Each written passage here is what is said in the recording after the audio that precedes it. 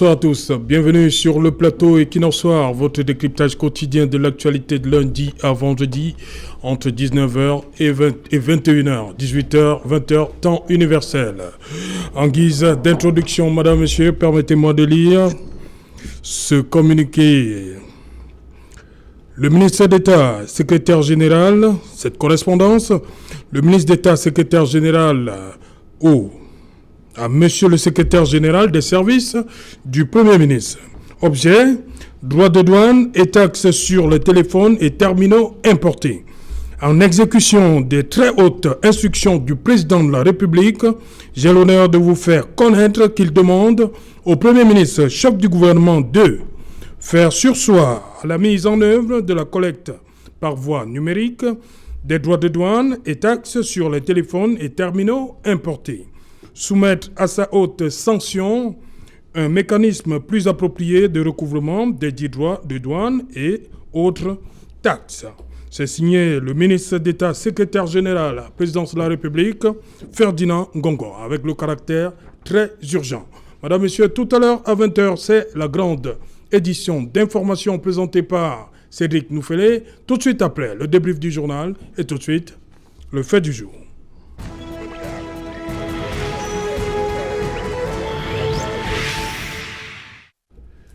Taxes sur les téléphones et tablettes. Le gouvernement recule. Pour en parler, nous avons invité en plateau ce soir Maître Augustin Gueffak. Bonsoir, Maître. C'est Jalin, bonsoir. Bonsoir à tous les copanélistes. Bonsoir à tous ceux qui nous suivent. Bonsoir à la République. Voilà. En face de vous, il est là. Edmond Kyoté. Bonsoir, Edmond. Bonsoir, Serge Alain. Bonsoir à Maître Ngueffak. Merci pour l'invitation. Voilà, à côté de vous, Jean-François Yenga. Bonsoir, Jean-François.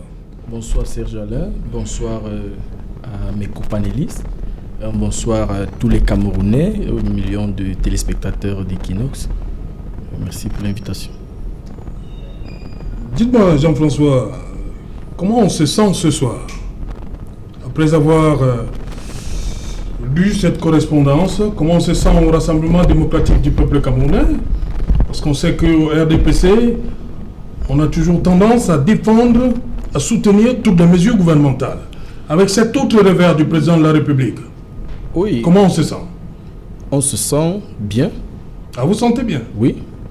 Le président nous fait comprendre que nous pouvons compter sur lui. Lorsque le peuple demande quelque chose, il est à l'écoute du peuple. Et lorsqu'il donne une injonction ou une recommandation, nous nous sentons à l'aise de savoir que notre champion répond aux attentes du peuple. Vous avez apprécié la venue de cette taxe? Bon, disons que la taxe, elle est la bienvenue, puisque tout Camerounais qui veut... Le président lui dit autre chose aujourd'hui. Il demande de surseoir. Le président n'annule pas la taxe. On est d'accord, mais il demande de surseoir. Il demande de surseoir... Combien de jours après le 15? Il demande de surseoir la méthode par laquelle le prélèvement a été initié. Oui. Oui, le président ne demande pas de surseoir à la taxe. La taxe, elle est bonne. Chaque Camerounais qui voudrait contribuer à la construction du pays devrait passer par la fiscalité.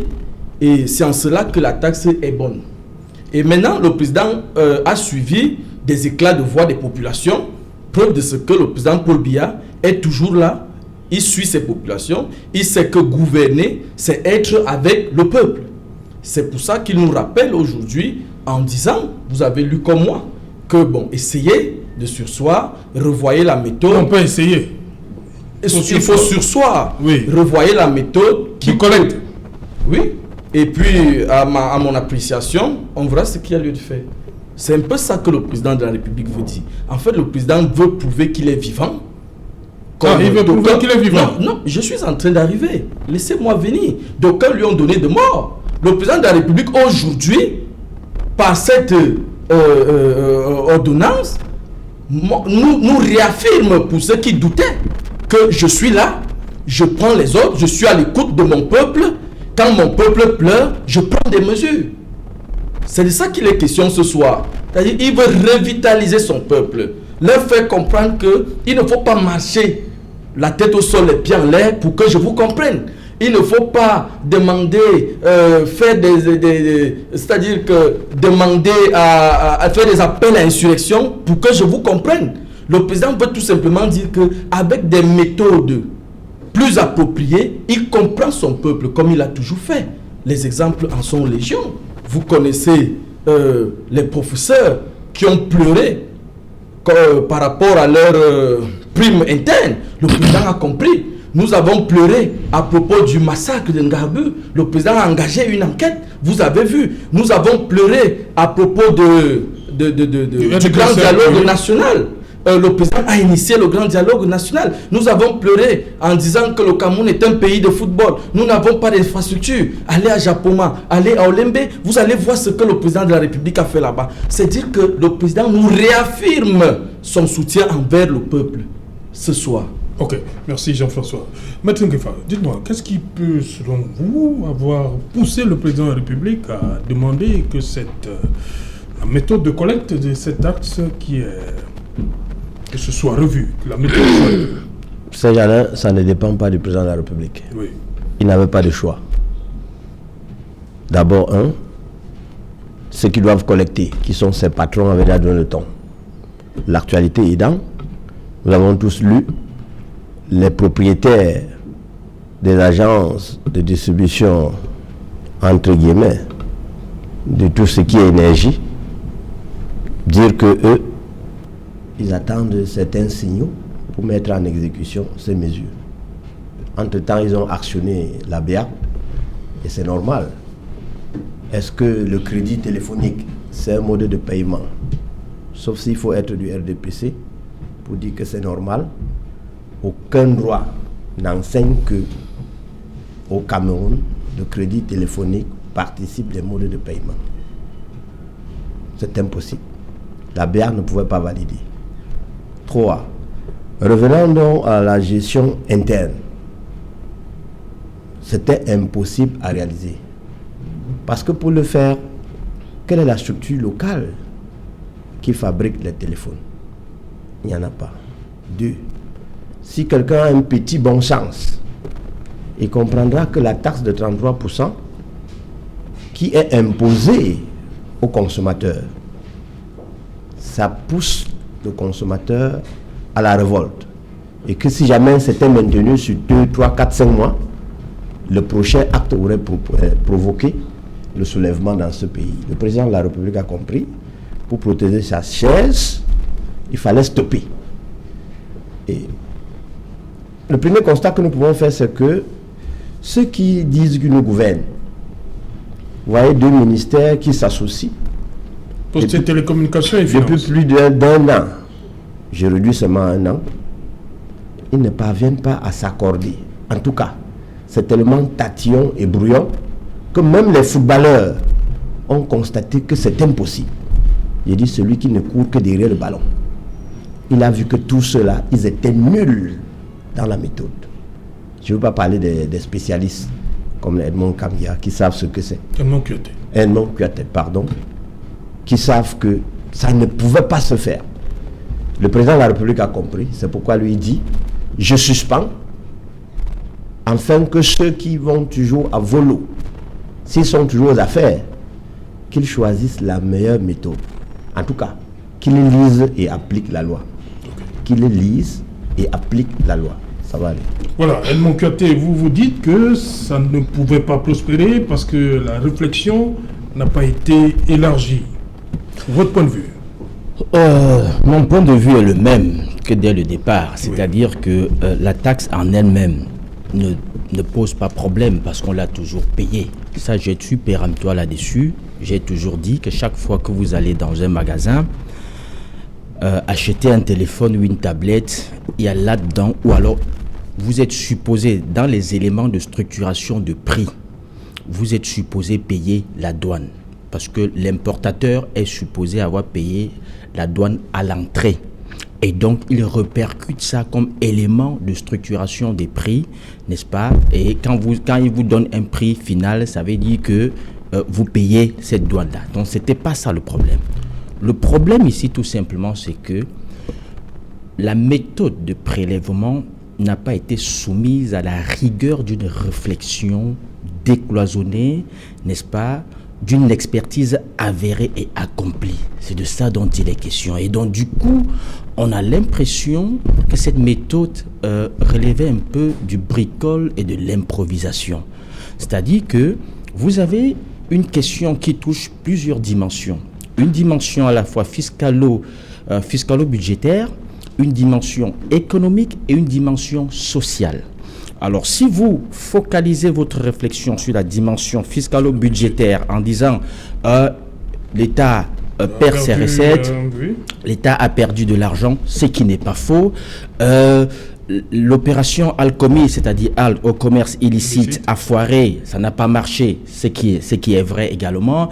Et donc, l'État est en train de perdre près de 12 milliards, ce qui n'est pas faux. Et donc, vous vous engouffrez dans une brèche qui veuille que vous alliez vous répercutiez cette douane sur le consommateur final en prélevant sur son crédit de communication. Alors, vous avez tout faux. Ça ne peut pas marcher pour plusieurs raisons. La première raison, c'est que le crédit de communication, nous sommes quand même dans un espace harmonisé qui s'appelle CEMAC. Et le crédit de communication n'est pas un moyen de paiement en zone CEMAC. Ça n'est pas vrai. C'est pourquoi d'ailleurs vous avez vu que les responsables des différentes structures qui opèrent dans la téléphonie mobile ont dit attendre, n'est-ce pas, l'accord de la BEAC. Pourquoi? Parce qu'ils savaient que ça ne pouvait pas passer. Pourquoi? Parce que les moyens de paiement et les instruments de paiement sont placés sous le contrôle d'une autorité monétaire qui, pour l'espace que nous avons en partage dans la CEMAC, s'appelle BEAC. Donc, c'est la BEAC qui, n'est-ce pas, qui approuve, qui contrôle et qui coordonne les moyens de paiement et, n'est-ce pas, les instruments de paiement. Et pour l'espèce, en zone CEMAC, le crédit de communication n'est pas un moyen de paiement. Et le Cameroun ne peut pas de manière souveraine décider de faire du crédit de communication un moyen de paiement. Ce n'est pas vrai. Parce que si c'est vrai au Cameroun, ça doit être vrai dans les autres 6 pays, dans toute la sous-région. Et donc le Cameroun ne peut pas faire cavalier seul en décidant qu'à partir d'aujourd'hui, je fais du crédit de communication un moyen de paiement. Ça, c'est un fait. Donc ça ne pouvait pas passer. Autre chose, pourquoi est-ce que ça ne pouvait pas passer? Je vous ai dit que c'est une question qui touche plusieurs dimensions. La dimension fiscalo-budgétaire, comme je l'ai dit, on est tous d'accord qu'il faut que l'État, n'est-ce pas, sécurise ses recettes. Il faut que l'État ne perde pas de l'argent parce que l'État a des obligations, n'est-ce pas, budgétaires en matière de politique publique, d'investissement et de fonctionnement. Ça, c'est vrai. Mais vous ne pouvez pas, face à une telle situation, choisir la voie de la facilité, c'est-à-dire dire tout simplement on va répercuter ça sur le consommateur. Non, c'est faux. J'ai essayé de mener une réflexion en disant que, et même si la BEAC vous autorisait, n'est-ce pas, de prélever le crédit comme moyen de paiement, vous aurez encore beaucoup de limites là-dedans. Parce que vous savez, la fiscalité obéit à ce qu'on appelle la loi de la proportionnalité. C'est pour ça qu'elle se fixe toujours en valeur relative, c'est-à-dire en termes de pourcentage. Vous avez vu qu'ils ont dit que c'est 33%. Sauf qu'ils vont, dans les incoterms, vous dire que c'est le prix. Ce prix est fixé par rapport au prix sorti usine. Comment vous faites ça? Qui peut connaître les prix sortis usine au Cameroun? Qui va connaître? Comment le consommateur, lui, fait pour connaître le prix sorti usine? Alors là, vous mettez le consommateur à califourchon, n'est-ce pas, comme une proie, entre, d'une part, le fisc, et d'autre part, comment vous l'appelez, le commerçant, le commerçant véreux. Puisque le commerçant, c'est un opportuniste. C'est quelqu'un qui doit se faire de l'argent. Vous ne pouvez pas lui en vouloir pour ça. C'est ça, par excellence, c'est ça le commerce. Il faut se faire de l'argent. Et donc, comment est-ce que vous faites pour mettre une mercuriale en place qui ressort tous les prix sortis usine des téléphones? Ce n'est pas possible, ce n'est pas vrai. Et donc, si vous alliez au moins dans les incoterms choisir les prix CIF, ça veut dire que c'est un prix qui est défini, qui est connu au Cameroun. C'est-à-dire qu'on pouvait encore dire que bon, quand le téléphone arrive, soit au port de Douala, soit à l'aéroport de Douala ou à l'aéroport de Simalène, on peut décider de lui fixer un prix CIF. On peut connaître le prix CIF. Ça, c'est parmi dans les incoterms, on peut connaître ça. Mais vous dites prix sorti usine. Comment vous faites pour connaître prix sortie usine. Donc ça encore, c'était tout faux, ce n'était pas possible. Par ailleurs, je dois encore ajouter que lorsque vous faites une étude socio-économique, il y a 19 millions environ de d'abonnés, n'est-ce pas, au Cameroun. 19 millions environ de Camerounais. Parmi les 19 millions, vous avez à peu près 80% qui chargent moins de 5 000 par mois. Moins de 5 000 de crédits de communication par mois. Pourquoi? Parce que les opérateurs offrent déjà une kyrielle d'options de bonification de crédits de communication. Donc quand quelqu'un met 1000 francs, ça lui donne 10 000 pour communiquer pendant un mois. Et donc, si vous allez sur ce principe, le gars, quand il a mis 1000 francs cette semaine, il peut encore charger toutes les semaines. Pour ceux qui communiquent beaucoup, il peut charger 1000 francs toutes les semaines, ça lui donne 10 000 de communication. Ça veut dire qu'in fine, par mois, il charge au trop 5 000. Il y en a qui chargent même 2 000.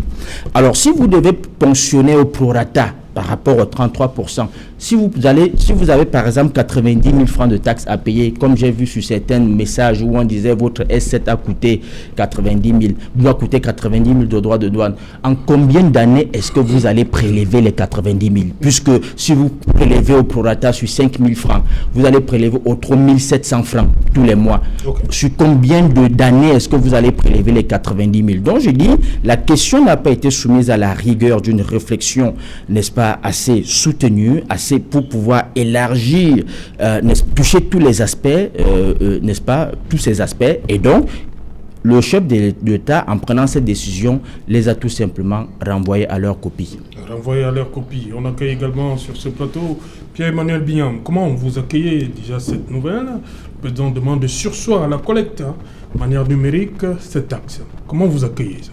Bonsoir, c'est Jalin Outou. Oui. Bonsoir à tous mes copanélistes. Il faut rappeler, Pierre-Emmanuel Biam, que le 15, c'était jeudi. Et le 19, la décision tombe. Comment vous comprenez ça?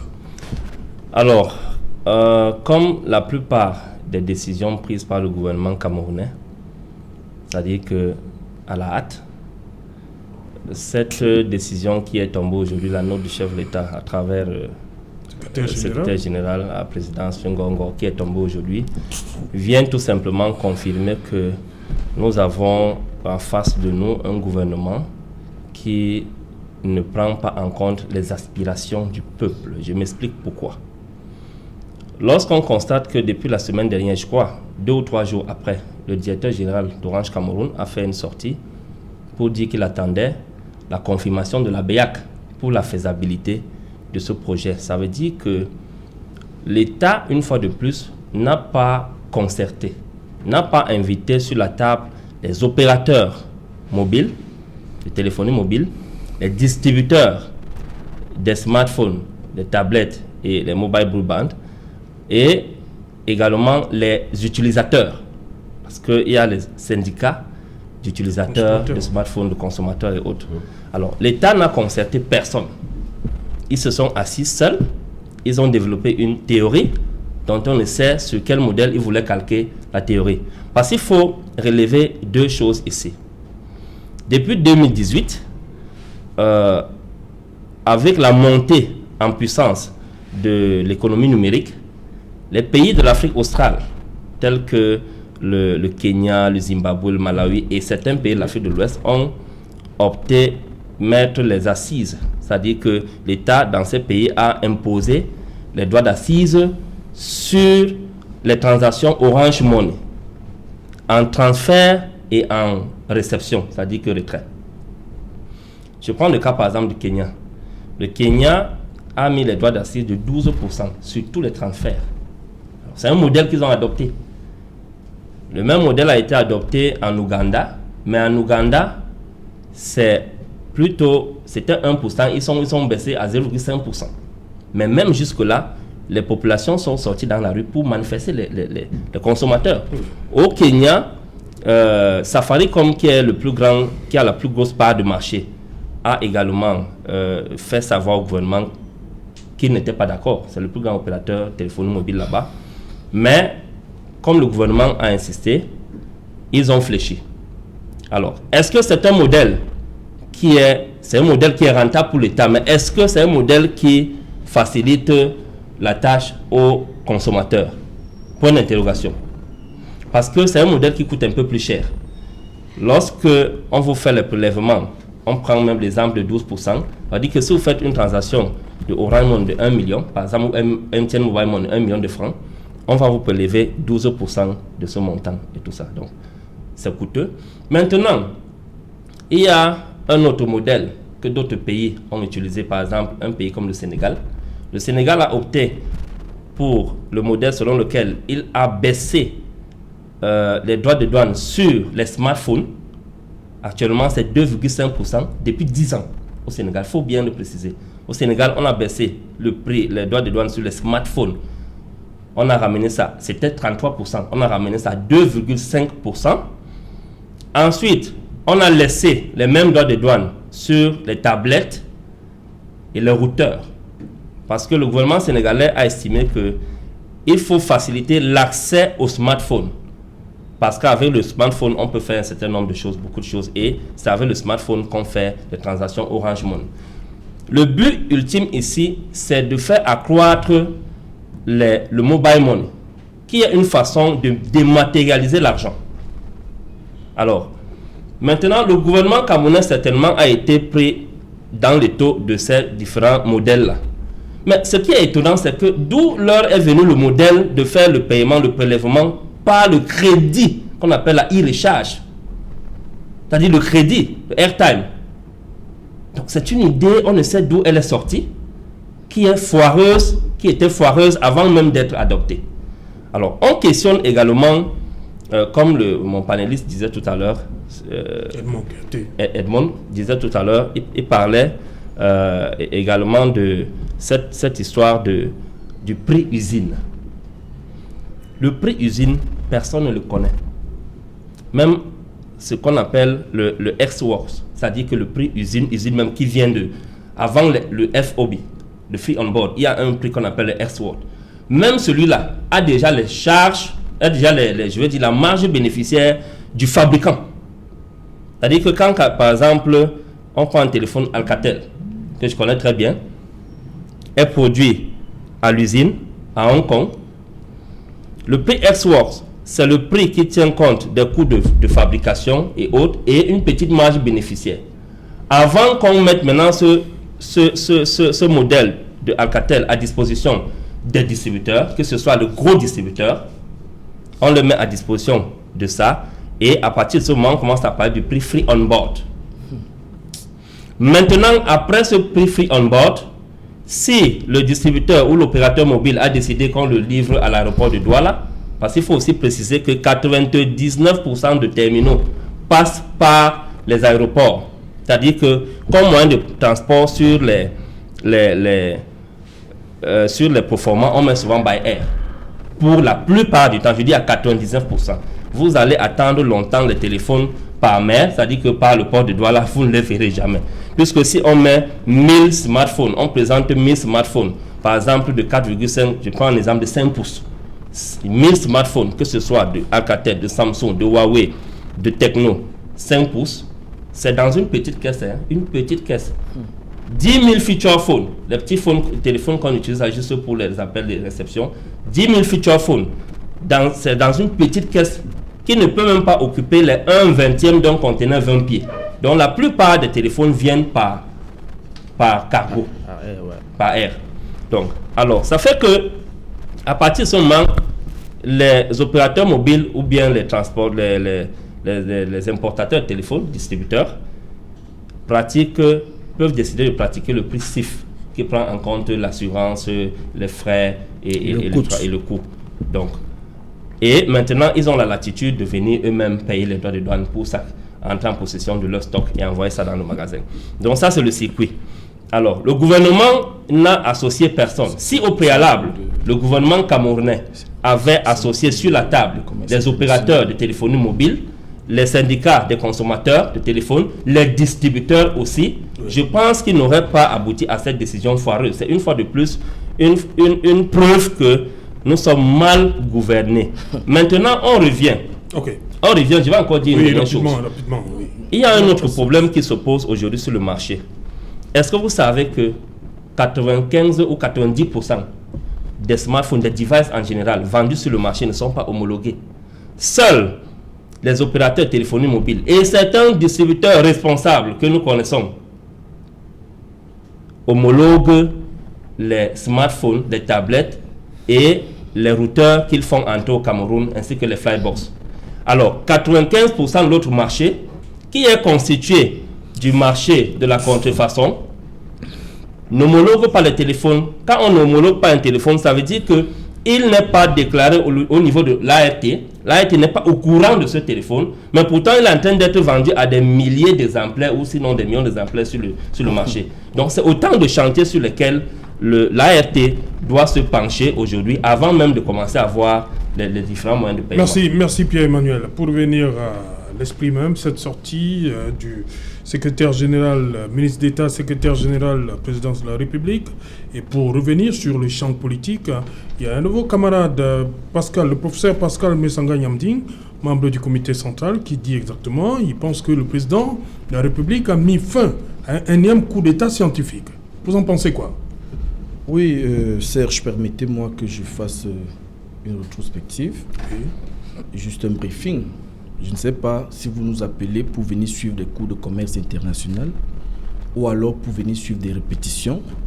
La même question, une autre question, mon copanéliste d'en face a donné les mêmes réponses. Et aujourd'hui encore sur ce plateau, il donne les mêmes réponses sur une autre question. Il faudra qu'on soit un peu sérieux. Nous savons déjà au RDPC, la logique veut que, même si vous dansez dans l'eau, vos ennemis diront que vous soulevez la poussière. Vous ne pouvez pas me dire que un monsieur, comme mon copanéliste, vient s'asseoir pour porter critique à tout un gouvernement de la République, racontant des histoires de commerce international, de ceci, cela. Moi-même, je suis économiste de formation. Je vais vous dire que dans l'administration, la gestion participative, le peuple doit accompagner l'État dans certaines actions. L'administration, si vous avez appris la gouvernance des entreprises, vous verrez que l'employé administre avec l'administrateur pour qu'il soit en confiance et pour qu'il sache ce qu'il est en train de faire. Et maintenant, vous allez dire que l'OADA s'est monté, s'est descendu, les accords de ceci. Vraiment, nous ne venons pas ici pour faire un coup de commerce international. Nous venons ici pour poser les fondements. Nous ne pouvons pas expliquer la décision du chef de l'État. Le chef de l'État a ses aspirations. Il écoute son peuple. Revenons quand même sur terre. Les coups de commerce international, même les enfants de 6e peuvent réciter cela. Alors, pour revenir maintenant à ce que dit le professeur Charlemagne Messanga Nyamding, le professeur, quand il dit le président Paul Biya a dévié un énième coup d'État, c'est sa pensée. Et sa pensée, elle est logique. Moi, en tant que cadre du RDPC, en tant que conseiller municipal, en tant que quelqu'un qui a étudié le président Paul Biya, c'est que le président Paul Biya, c'est un monsieur qui est toujours resté à l'écoute de ses populations. Quand le président Paul Biya a suivi, vous pensez que cette loi est née d'aujourd'hui? La loi est née depuis. La collecte des impôts, de la taxe sur les téléphones et smartphones est née depuis. Et maintenant, il peut y avoir quelques dislocations au niveau du système de recouvrement, mais pas battre tout cela en brèche. Le ministre, lui, Paul Motazé, n'est pas un enfant. C'est un magnat des finances. Nous avons vu ses preuves. Madame Libom Liliken était ici à la douane. Tout le monde a vu ce qu'elle a pu faire. Vous ne pouvez pas connaître ce qui concerne la douane plus que Madame Libom Liliken. Alors soyons un peu courtois lorsque nous venons sur les plateaux de télévision. Disons ce que nous avons à dire. Si vous cherchez les cours dans les collèges pour aller donner cours de commerce international, il faut aller là-bas. Ici, nous venons sur les plateaux pour expliquer les choses aux Camerounais. Le professeur Messanga Nyamding a ses aspirations. Il sait ce qu'il entend par complot scientifique. Il sait ce qu'il entend par coup d'État. Moi, je ne peux pas justifier ici la pensée du professeur Charlemagne Messanga Nyamding. Ce que je dis, c'est que le chef de l'État a juste été à l'écoute de ces populations, des pleurs, de ces... Oui, je vous écoute, Jean-François, le ministre d'État, secrétaire général, dit ceci. Oui. Faire surseoir à la mise en œuvre de la collecte par voie numérique des droits de douane et taxes sur les téléphones et terminaux. Soumettre à sa haute sanction, sanction du chef de l'État, on est d'accord, un mécanisme plus approprié. Oui.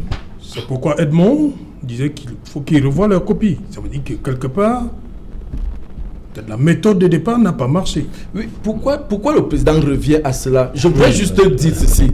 Le président revient à cela, pourquoi? Parce que ses enfants, ses fils ont pleuré. Nous avons dit, nous ne voulons pas de cette méthode. Nous ne voulons, c'est nous qui disons. Le peuple dit, nous ne voulons pas de cette méthode. Trouvez une autre méthode. Nous ne nous sommes pas arrêtés seulement là. Nous avons même aussi dit, même au RDPC, que même le coût est un peu exagéré. Tout le peuple a parlé. Et le père de la nation revient en disant maintenant, essayez de voir un modèle qui peut être approprié. Il n'a pas dit que ce modèle est désuet. Encore moins le président de la BEAC, le directeur de la BEAC dont il citait, il faisait allusion tout à l'heure. Il ne s'est pas prononcé sur l'accord, les accords qu'il a eu à signer. Il attendait d'abord ce que va décider le directeur d'Orange Cameroun, attendait d'abord ce que allait décider la BEAC. Il ne nous a pas déroulé la Mercurial et tout ce qu'ils ont eu en commun accord. Donc le président de la République n'a dit nulle part sur cette note que le système mis en place est désuet. Il a dit il faut chercher, je pense qu'il a même voulu dire que chercher un moyen qui peut arranger le peuple. C'est sur cela que je voudrais qu'on reste. Le président de la République n'a pas porté critique directement à la méthode mise sur pied. Le président de la République a tout simplement écouté le peuple. Ah, vous dites qu'il n'a pas porté critique directement? Oui. Il a fait de manière indirecte. Oui, rien ne nous prouve que le président porte critique à la méthode. Vous avez le document? Oui, je l'ai déjà lu. J'ai déjà lu ce document. Bon, vous pouvez lire à l'attention de nos téléspectateurs. Le premier tiret là, vous pouvez lire? Non, vous avez déjà lu. Non, vous pouvez lire. Vous pouvez lire vous-même. Je ne sais pas si on se comprend très bien. Non, parce que je voudrais tout simplement expliquer ceci. Quand le président demande de sursoir, pour vous, ça veut dire quoi? Sursoir, de un, parce que le peuple est mécontent. Et comme on ne dirige pas sans son peuple, le président demande donc qu'il faut sursoir et trouver maintenant une méthode un peu plus appropriée. Peut-être on est d'accord. Une méthode qui peut scier aux aspirations du peuple. Ce n'est pas toujours parce que la méthode là est mauvaise.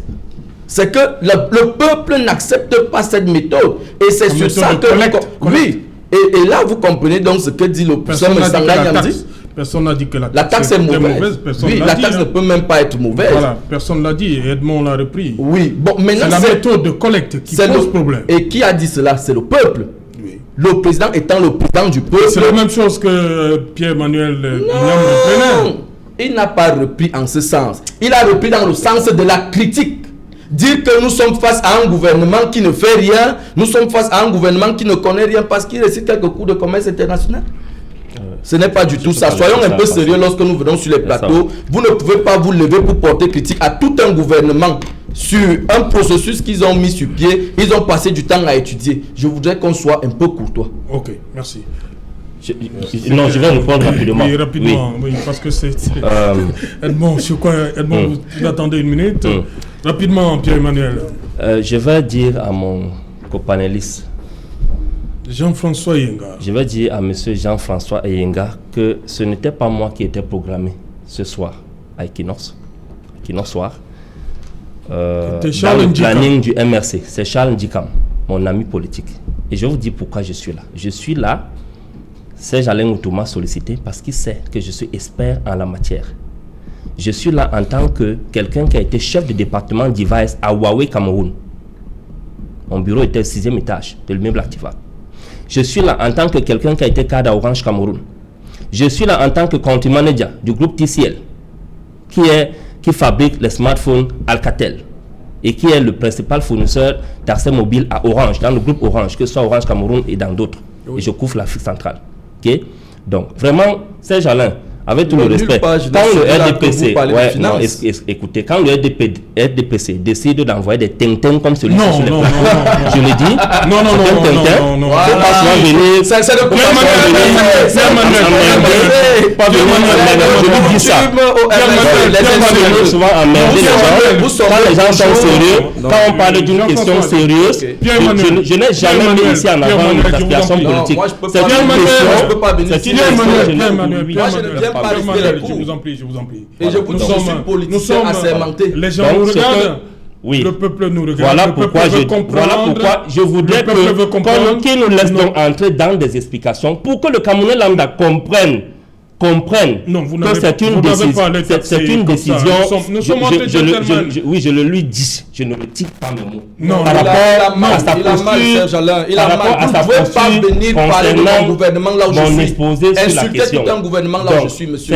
Vous êtes cadre Orange, c'est comment vous faites pour entrer là-bas. C'est le gouvernement camerounais. Nous savons comment vous faites pour entrer à Orange. Ce n'est pas votre gouvernement. Il ne faut pas être sorti de Havard pour aller à Orange Cameroun. Nous connaissons ce que vous faites pour entrer là-bas. Laissons, je vous en prie. Vraiment, il faut nous excuser laissez-nous expliquer aux Camerounais de quoi il s'agit. Donc, le gouvernement a eu la possibilité d'avoir une option. C'est ça qu'il faut que les Camerounais comprennent. Une option de prélèvement de la taxe sur les smartphones, les tablettes, les mobile broadband, c'est-à-dire que les routeurs, les flybox et autres, et les flashs qui sont en voie de disparition aujourd'hui. Okay. Donc, c'est par rapport à ces plusieurs options que le gouvernement a peut-être pris celle-là, mais qui est très mauvaise. Okay. Mais ce qu'il faut aussi relever, c'est que l'opérateur que le gouvernement a choisi, cet opérateur privé, qui était en charge de le faire, il a fait ses preuves où? Voilà. Nulle part. C'est autant de questions qu'on doit se poser. Voilà. D'abord, Edmond Kouyaté. Oui, Serge Alain, il me semble que lorsque vous nous invitez ici, c'est en raison d'un certain nombre, je vais dire, vous estimez que nous pouvons apporter une certaine expertise relativement à la thématique ou alors au sujet que vous avez choisi de mettre en débat, n'est-ce pas, au jour. Et donc, il ne me semble pas qu'un autre panéliste puisse s'arroger le droit d'orienter ou de cloisonner, n'est-ce pas, je vais dire, la structure de pensée, n'est-ce pas, des panélistes. Il peut faire une analyse sur le prisme d'une idéologie, mais ne pas chercher à encapsuler, n'est-ce pas, je vais dire, tous les esprits qui sont sur un plateau de débat.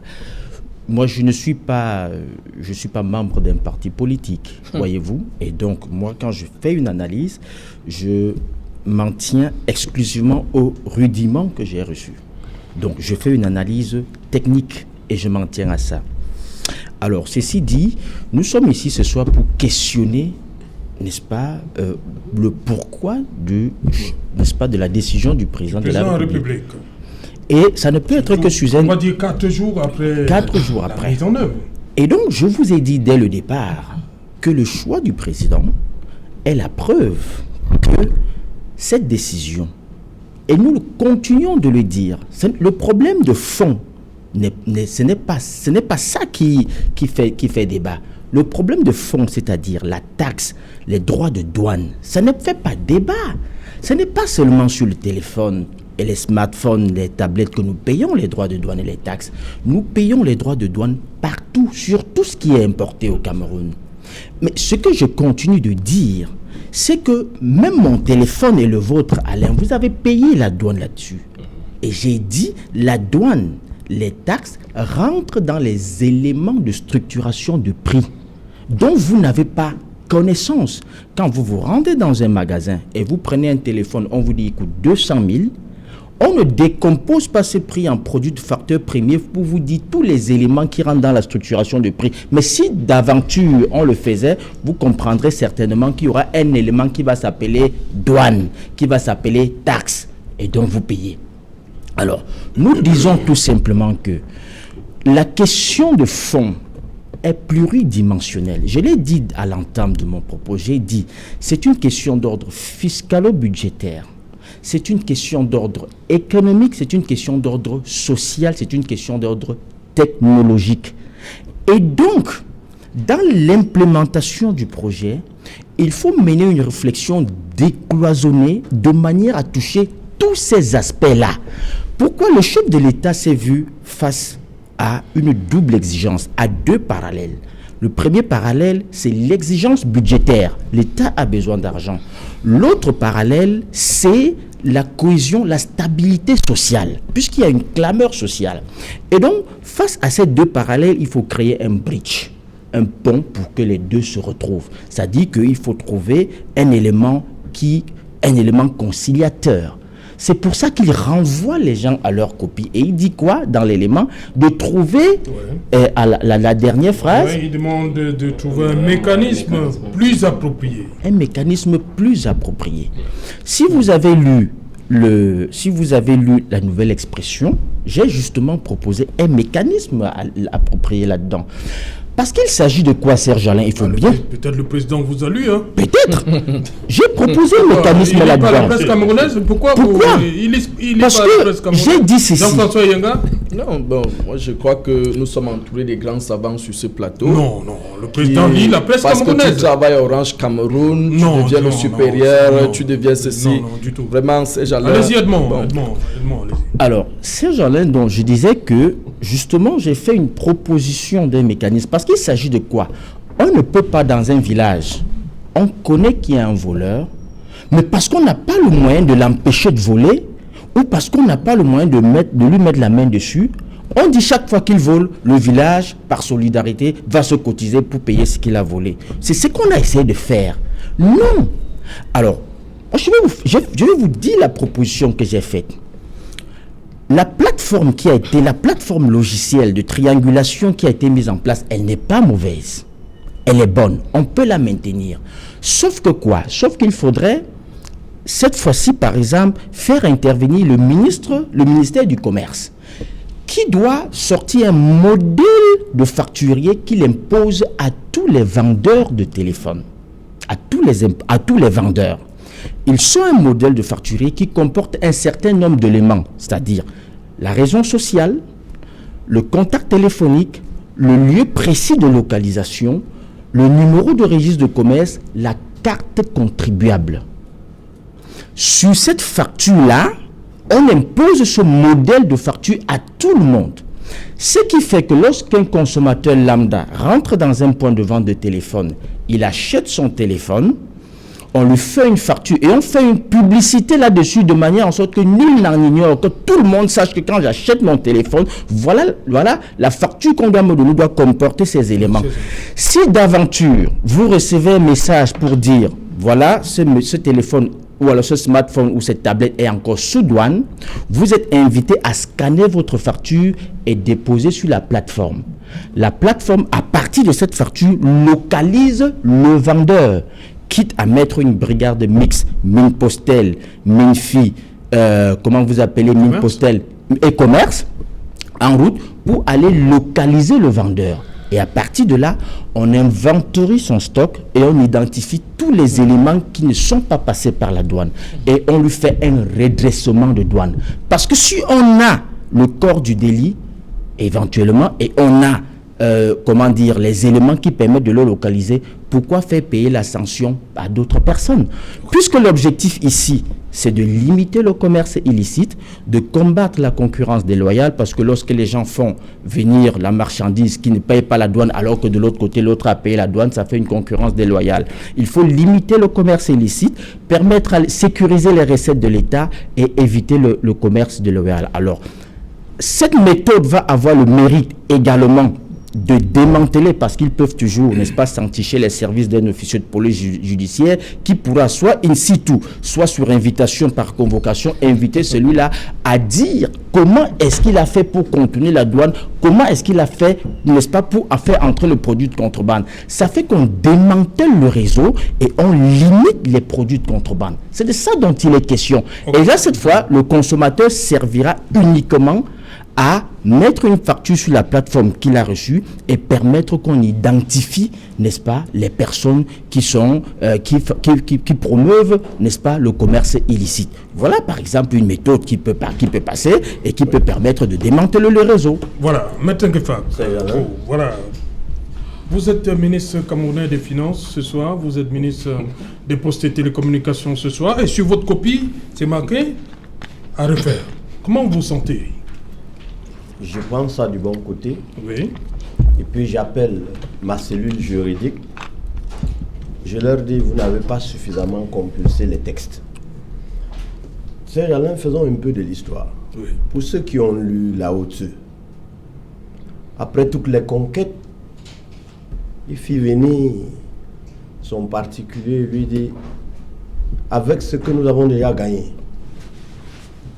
qu'est-ce qui peut énerver notre peuple après avoir conquis tout le monde entier? Il dit, ce peuple est jaloux d'une chose. Il s'aime tellement que si vous violez la loi, le peuple vous fera partir la même chose. Le Cameroun, le peuple camerounais, c'est un peu le peuple géré par Lao Tse. Les Camerounais adorent la loi. Ils aiment quand le texte de loi est appliqué. Sur ce, j'ai reçu certains membres des associations de consommateurs qui m'ont dit, mais juridiquement, quelle est ta position? J'ai dit, segmentons l'affaire.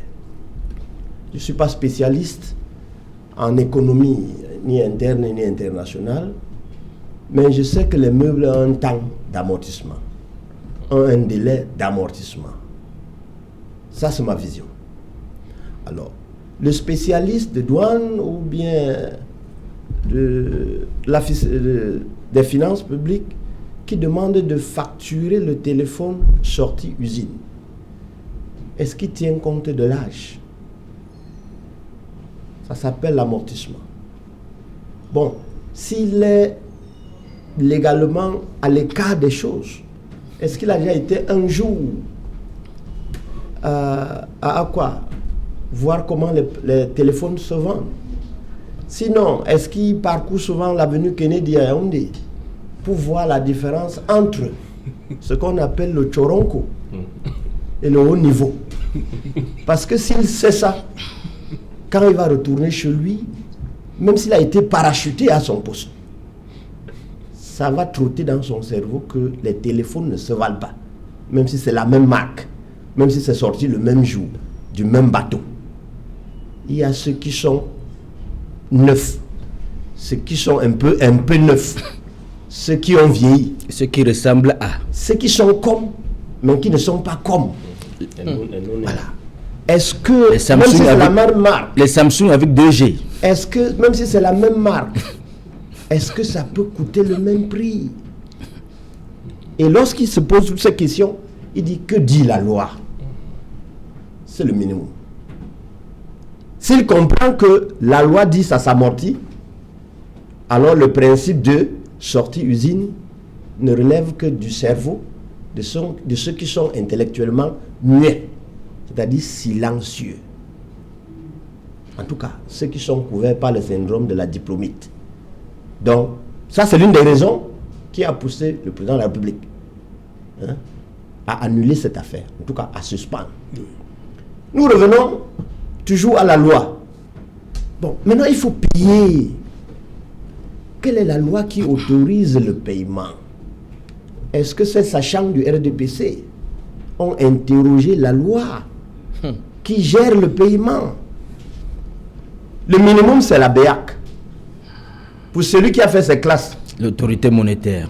Vous devez savoir que le minimum, c'est de le faire. Merci. Lorsque vous constatez, vous me suspendez. Merci. C'est l'heure du journal. Ok. Oui, on va revenir après le journal parce qu'il est là, Cédric. Bonsoir Cédric, au menu ce soir. Bonsoir Serge Alain, bonsoir à vos invités. Ce soir, nous reviendrons sur l'avalanche de critiques venant des experts, la réticence des consommateurs et utilisateurs de téléphones portables à payer cette taxe et l'opposition farouche des leaders politiques qui se sont exprimés sur Equinox Télévision.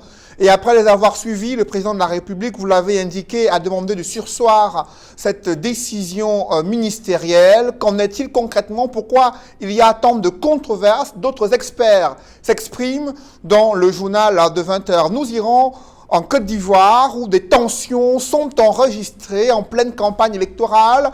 L'une des résidences de Pascal Affi-N'Guessan a été détruite, incendiée, et lui qui continue de maintenir la pression sur le pouvoir d'Alassane Dramane Ouattara, lui aussi candidat à sa propre succession. Et en Guinée-Conakry, tension enregistrée dans les fiefs de Cellou Dalein Diallo qui s'est autoproclamé vainqueur. Pourtant, rien n'a été dit officiellement par les autorités compétentes. Nous en parlerons dans quelques instants. Vous suivrez également la réaction des leaders politiques camerounais après la décision du chef de l'État de surseoir à cette mesure fiscalo-douanière. Cabral Libi salue le chef de l'État pour cette décision, alors que le député Jean-Michel Nitieux estime que c'est un recul, un rétropédalage qui montre l'incohérence gouvernementale. Il appelle les Camerounais à mettre davantage la pression sur le gouvernement. Nous en parlerons dans quelques instants. C'est Jalon.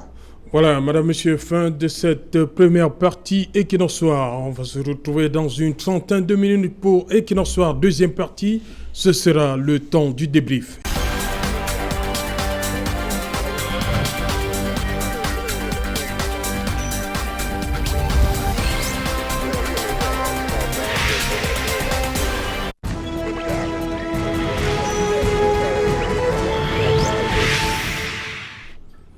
Retour sur le plateau Equinox Soir, deuxième partie, c'est le débrief du journal. Madame, monsieur, toujours en compagnie de Pierre-Emmanuel Bignam, Jean-François Eyenga, Edmond Kuaté et Maître Augustin Gueffak. Maître Augustin Gueffak, vous pensez comme Jean-Michel Nitieux qu'il faut supprimer cette taxe?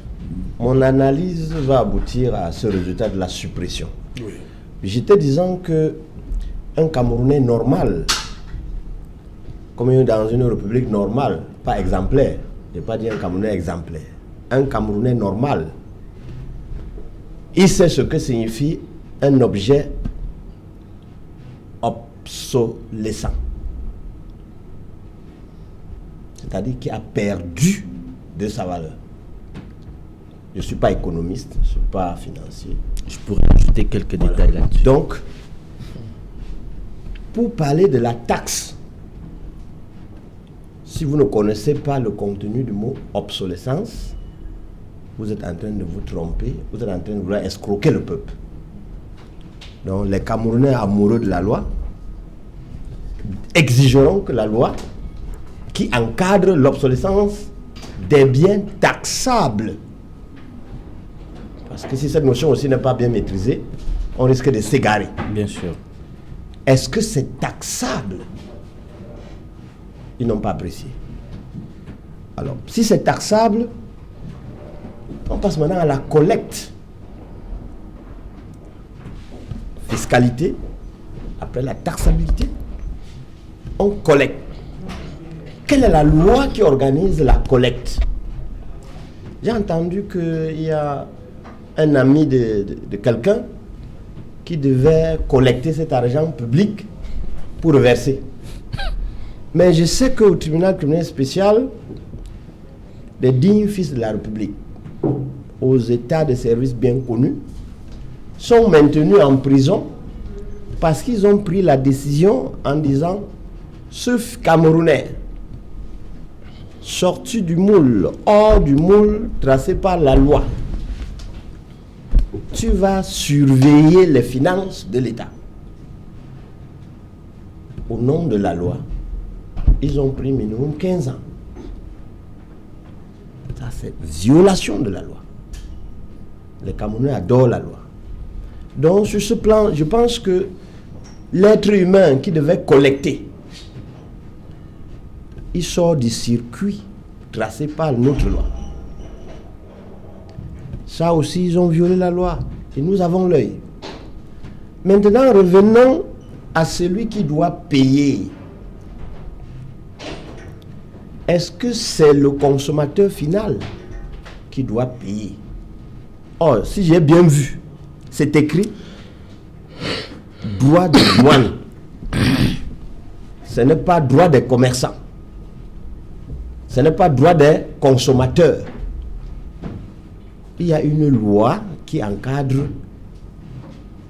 le droit des douanes. Il y a une loi qui encadre le droit des consommateurs. Ces lois-là ne se juxtaposent pas. Elles peuvent se compléter. Mais ne pas créer un flou.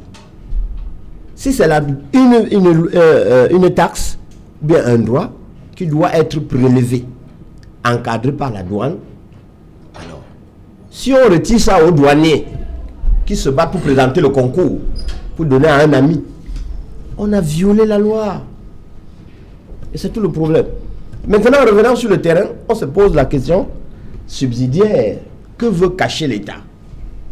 Les conséquences premières, c'est que l'État veut tuer le petit commerce qui faisait encore vivre, donner espoir à tous ces petits commerçants. Parce que le Cameroun, c'est une république de petits commerçants. En le faisant, seules les structures qui peuvent importer légalement les téléphones et ces terminaux doivent fonctionner. Parce que dans la norme, il faut interdire tous les petits commerces des téléphones pour s'affranchir de toutes ces fraudes.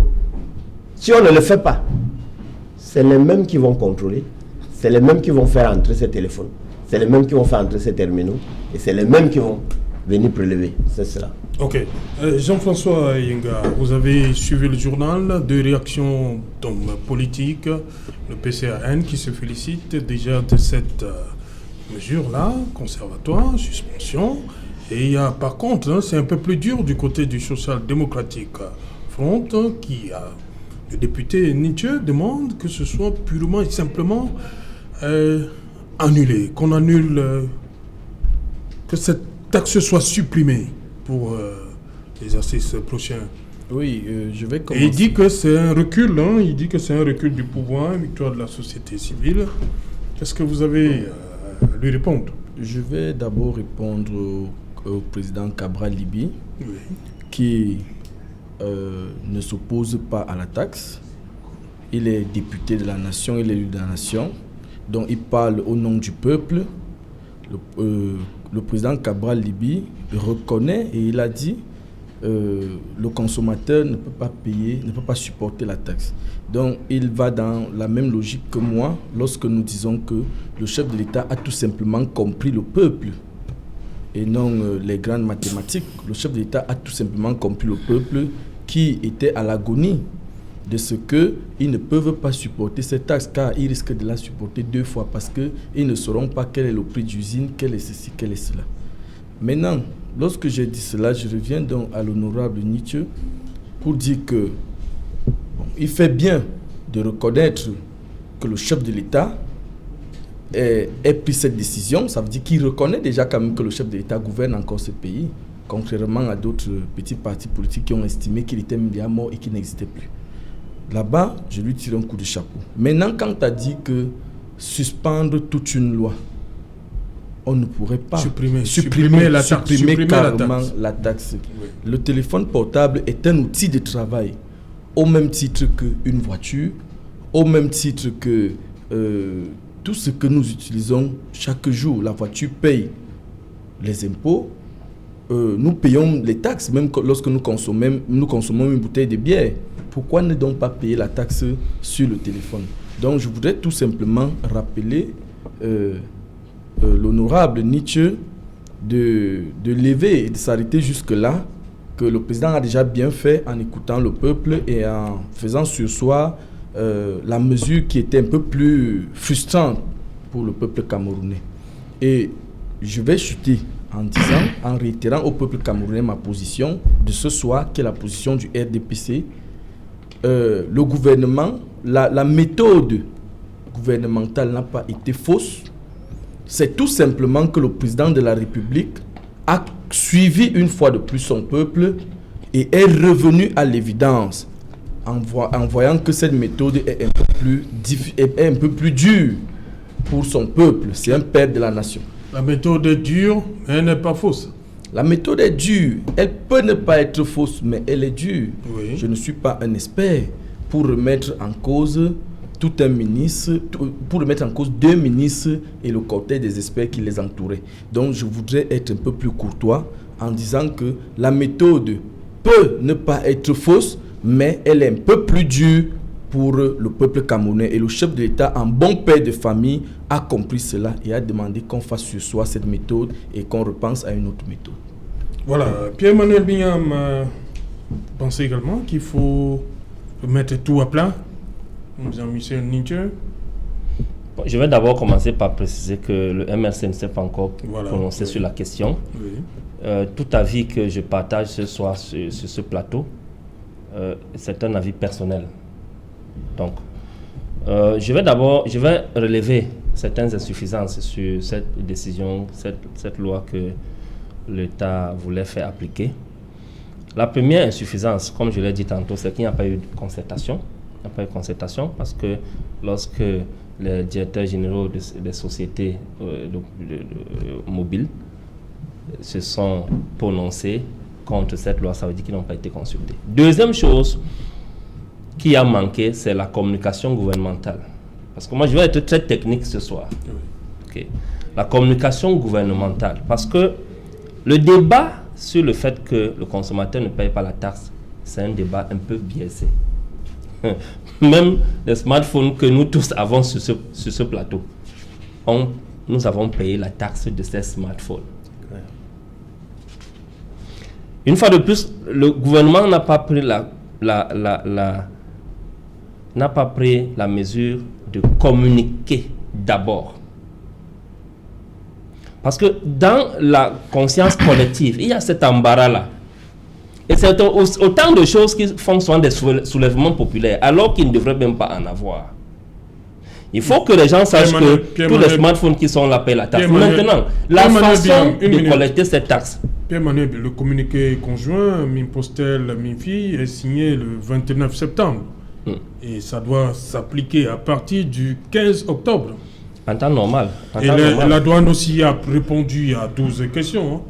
Service des douanes camerounaises ont répondu à 12 questions pour faire comprendre, amener les Camerounais à comprendre. C'est autant d'embarras dans lesquels nous nous retrouvons. Vous voyez que, par exemple, nous sommes aujourd'hui le 19 et la loi prend effet à partir du 15. Oui.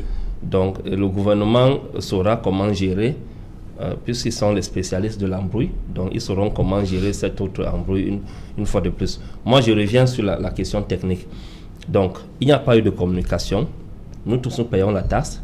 Et tout à l'heure, M. Yenga a évoqué quelque chose en disant que nous payons la taxe sur tout, même la bière que nous consommons. C'est vrai, mais il y a aussi des produits sur lesquels l'État a exonéré la taxe. Je prends le cas du solaire, produits solaires. Ils sont exonérés de la taxe. Tout dépend de quelle politique l'État a par rapport à la promotion d'un service ou d'un produit au sein de sa population ou dans son pays. Dans le cas du solaire, par exemple, l'État a pris de bonnes mesures avec la loi de 2012 pour exonérer de la TVA après l'obtention de la déclaration à l'importation. Donc, ayant les preuves que vous voulez importer, l'État a exonéré tous les produits solaires qui entrent au Cameroun. Ça, c'est une bonne mesure. Pour la promotion de l'énergie solaire et des énergies renouvelables. Pourquoi l'État ne peut pas le faire autant pour la promotion de l'économie numérique? Exonérer la taxe, la TVA, la taxe sur les droits de douane sur les smartphones, ou tout au moins utiliser par exemple le modèle sénégalais. Au Sénégal, on a ramené ça on a pris le segment smartphone, je précise, segment smartphone, on a ramené ça de 33% de droits de douane, de DD à 2,5%, plus certaines taxes qu'ils ont appelées les taxes communautaires et autres, qui n'excèdent pas, le total est de 8%. Ça fait qu'au Sénégal, le taux de pénétration du smartphone est à plus de 80% au sein de la population. Mais au Cameroun, il faut noter que, comme Edmond a dit tout à l'heure, effectivement, le Cameroun a 19 millions d'abonnés, tout confondu. 19 millions, et Dieu seul sait combien de SIM dormantes il y a dans cet univers d'abonnés, parce que si on entre maintenant questionner les SIM dormantes, on va trouver que c'est effectivement dans les 16 millions ou 15 millions. Maintenant, au sein de cet univers, le taux de pénétration du smartphone est autour de 40%. Autour de 40%. Donc, nous avons même une moyenne qui est en deçà de la CEMAC, parce que le Gabon est autour de 43% qui a la meilleure moyenne. En Afrique de l'Ouest, c'est un boom. Alors, ça veut dire que le taux de pénétration du smartphone au Cameroun est relativement bas. Or, lorsqu'il est bas, l'économie numérique ne peut pas connaître un essor. Ce que les opérateurs mobiles voient aujourd'hui comme transaction de mobile money, Orange Money, mobile money autres, ce n'est même pas encore le 10e du potentiel. Si les smartphones sont disponibles à au moins 90% de la population, et pour le faire, il faut que les prix soient relativement bas. Et l'État ne pourra gagner dans l'économie numérique qu'en vulgarisant ou en facilitant l'accès au smartphone à toute la population.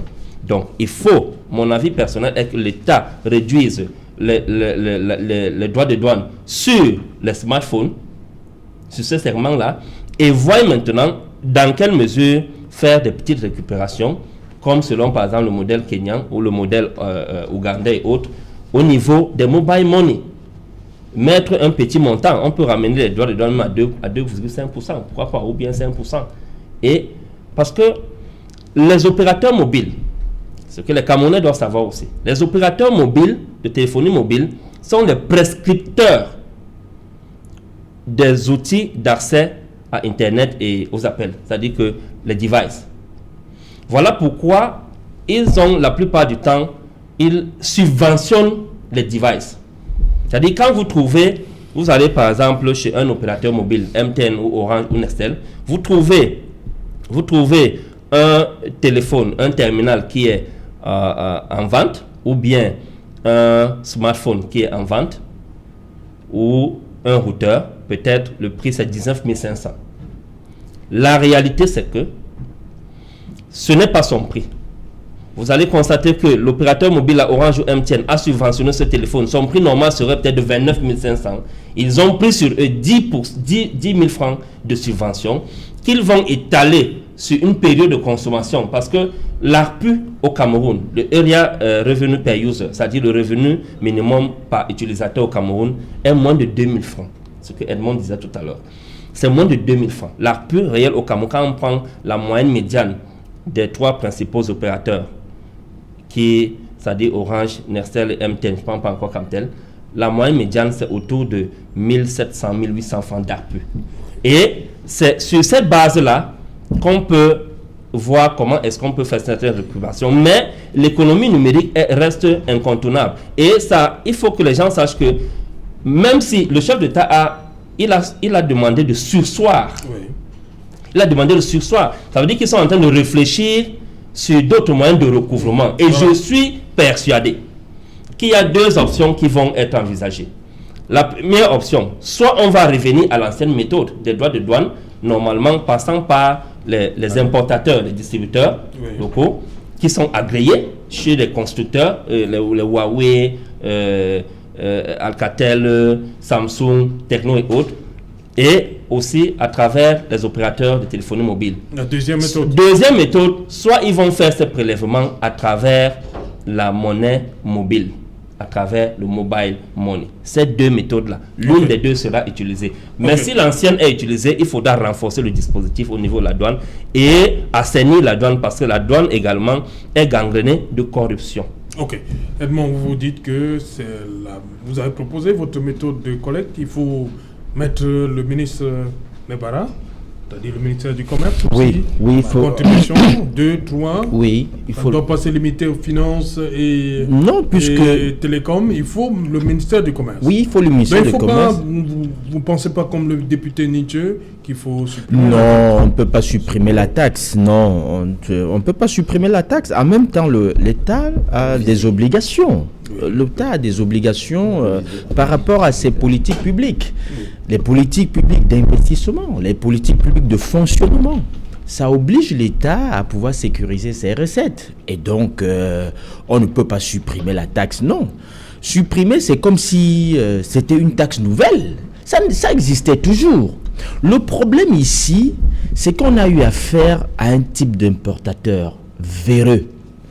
Et je préfère dire qu'ils excellent dans leur art, n'est-ce pas, de commerce illicite, avec l'appui et le concours de certains agents de l'État, notamment les agents de l'administration de douane. Certains, ils ne sont pas tous pourris là-bas.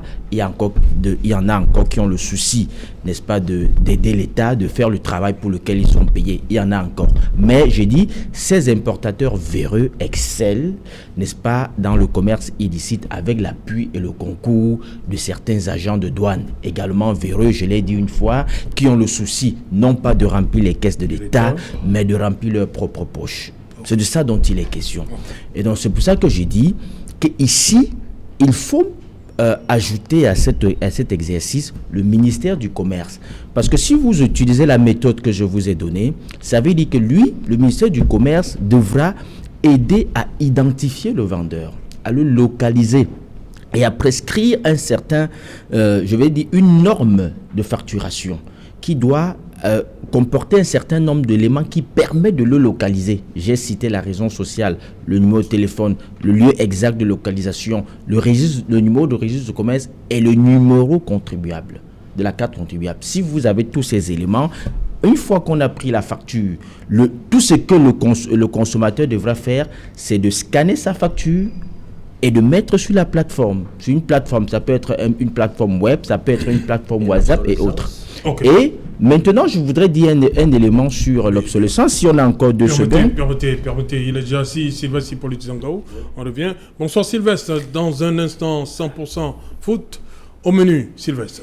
Bonsoir Serge Alain, et nous rassurons tous nos téléspectateurs, ce sera sans taxe que nous leur proposerons 100% foot. Ce soir, on parlera code football de ce CHAN qui se disputera dans 2 mois et 29 jours très exactement, puisque le coup d'envoi sera donné le 16 janvier prochain sur le terrain péril sur les stades militaires de Yaoundé, Mbappé, Lépé, Douala.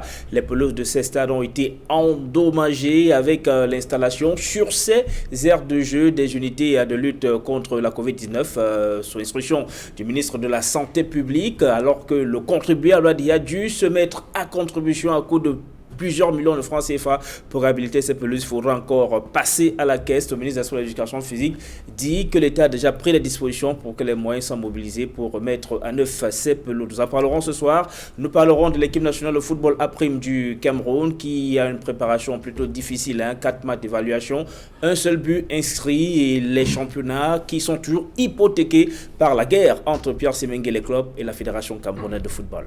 Sylvestre Hippolyte Zangao, vous dites qu'on va encore dépenser pour les stades déjà là on n'a pas bien compris là. Narcisse Molekombi l'a promis. Les stades, les pelouses sont endommagées. Il faut rappeler, Serge Alain, que ces pelouses du stade militaire de Yaoundé, Mbappé, Lépé, Dakwa, qui ont été endommagées, ont déjà coûté plusieurs millions de francs CFA pour leur mise en place. Donc ces pelouses ont été endommagées par l'installation là-dessus des unités de lutte contre la Covid-19. Elles ont été arrachées sur une bonne surface. Le ministre des Sports et de l'Éducation physique qui a récemment fait le tour du propriétaire alors que la mission d'inspection de la CAF arrive au Cameroun en début de semaine prochaine, dit qu'il n'y a pas beaucoup de frayeur à se faire. L'État a déjà mobilisé les moyens nécessaires pour les réhabiliter. Et donc, c'est le contribuable qui va encore devoir souffrir. Voilà. Dans un instant, dans Sylvestre Hippolyte Zangao, ce sera dans 100% au football. Rapidement, 30 secondes, parce que j'ai une question. Les gens se posent des questions sur la correspondance. Ah d'accord. Non, j'étais en train de dire par rapport à l'obsolescence. Non, c'est qu'il faut dire que il faut savoir que le téléphone c'est une valeur très volatile. Et donc, la valeur est conçue comme relative à des conditions d'espace et de temps. Ça veut dire que vous pouvez avoir ce téléphone qui vaut 300 000 aujourd'hui, ici, et demain, dès que la gamme qui est devant ça sort, vous perdez en 6 mois. De l'autre côté, quand on fait le déstockage, ça perd sa valeur. Donc, c'est une valeur très volatile. Et donc, je vous ai fait comprendre tout à l'heure que vous ne pouvez pas tenir ces mots de prélèvement là sur 1 an. Parce qu'un téléphone devra payer, par exemple, il faudra 3 ans pour collecter la taxe. Et puis, ce téléphone, comme je vous l'ai dit, quand il sort de l'usine, il peut avoir une valeur. Et après 6 mois, la valeur est, n'est-ce pas, a chuté drastiquement. C'est ça le problème. Voilà, Maître Ngefak, une correspondance du ministre d'État, secrétaire général à la présidence, au secrétaire général des services du Premier ministre, qui est le destinataire, c'est le Premier ministre. C'est bien cela. Oui. Parce qu'il dit, j'ai l'honneur de vous faire connaître qu'il demande au Premier ministre, chef du gouvernement. On veut comprendre. Non. Pourquoi le président ne s'adresse pas directement au docteur John Gouté? Non, il n'a pas qualité pour le faire dire. Non, je parle du président. Je ne parle pas du secrétaire général.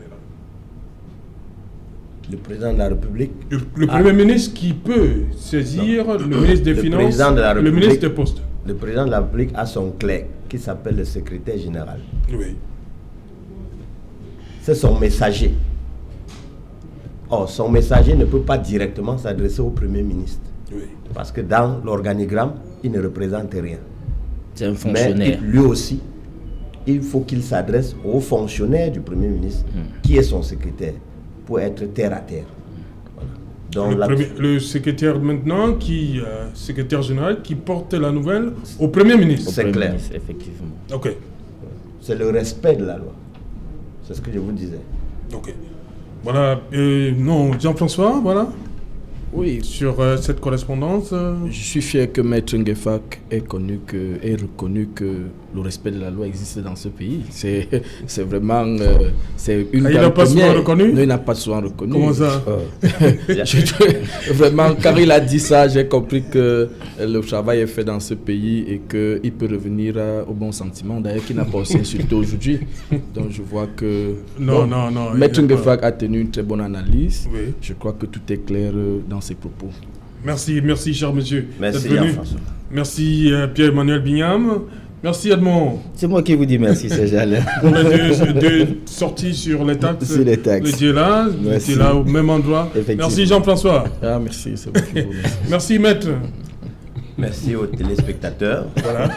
Merci, Pierre-Emmanuel Soyez Bignam. toujours fidèles. Merci, c'est à retour. Voilà, madame, monsieur, nous sommes donc arrivés au terme de cette édition. Et qu'il en soit, rendez-vous demain lorsqu'il sera 19h. Bonsoir le ministre des Postes et Télécommunications. Bonsoir le ministre des Finances.